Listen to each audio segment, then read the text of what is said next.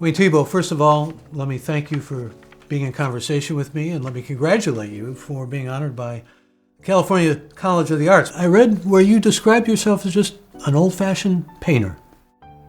That's what I am. Tell us about that. I mean, you see yourself as really just that for the most part? Yes, it keeps me away from being called an artist.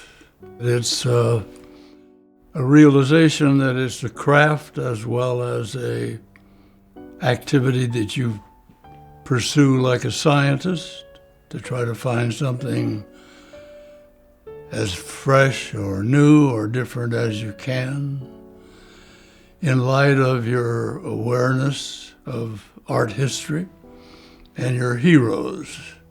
Painting doesn't do anything. So it's easy to say, well, painting is dead. And a lot of people like to say that. And it's true. But you've got to go there like it's Lazarus, and you yourself is the one that brings it to life. With your involvement, with your empathic powers, you participate in that wonderful little painted world. It's a miracle. It's funny how when you talk about it with a passion of someone who believes that there's a miraculous quality to this. There's something that's amazing and miraculous both. I keep hearing those words from you. Yes, I do. I love painting. To create it as much as to view it and be a part of it by seeing it? That's another thing. It's the hard work, and you make mostly errors, and you hate yourself, and you hate the paintings, and you get yourself all worked up over nothing. Does that go with your work ethic, being hard on yourself too, being tough on yourself? I think you have to be, don't you? Absolutely. Yep. Yeah. That work ethic is unmistakably, besides brains, that's probably the most important thing.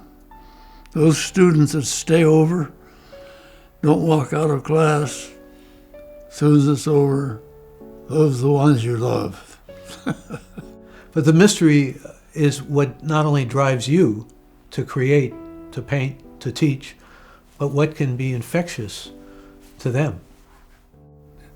Well, they just have to fall in love and go to work. And that's enough.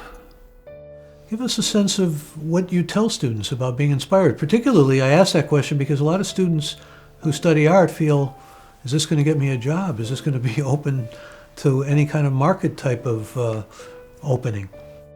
I urge them to stay in their communities and contribute and develop where they are and give back to the community by organizing, painting galleries, make your own galleries. Everybody doesn't have to trundle off to New York City. I mean, it's a loss for your community. What about the idea, though, that the Bay Area needs perhaps more of that strength of an art community? Do you feel that way? It's quite a community. They just shouldn't make that distinction that it's only California painting.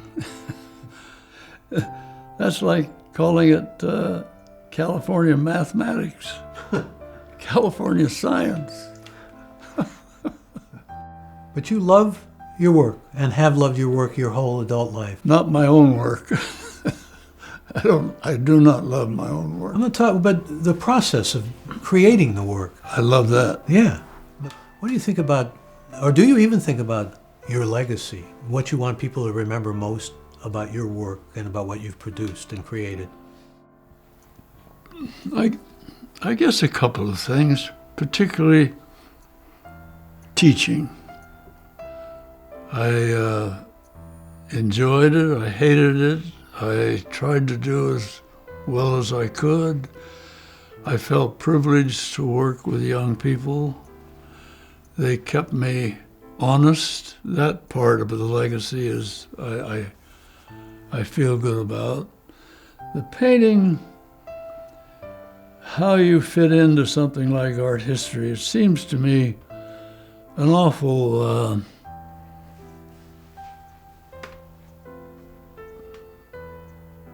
vacuous position. How in the world do you ever feel in any way related to our greatest painters, Vermeer, Velázquez, Picasso?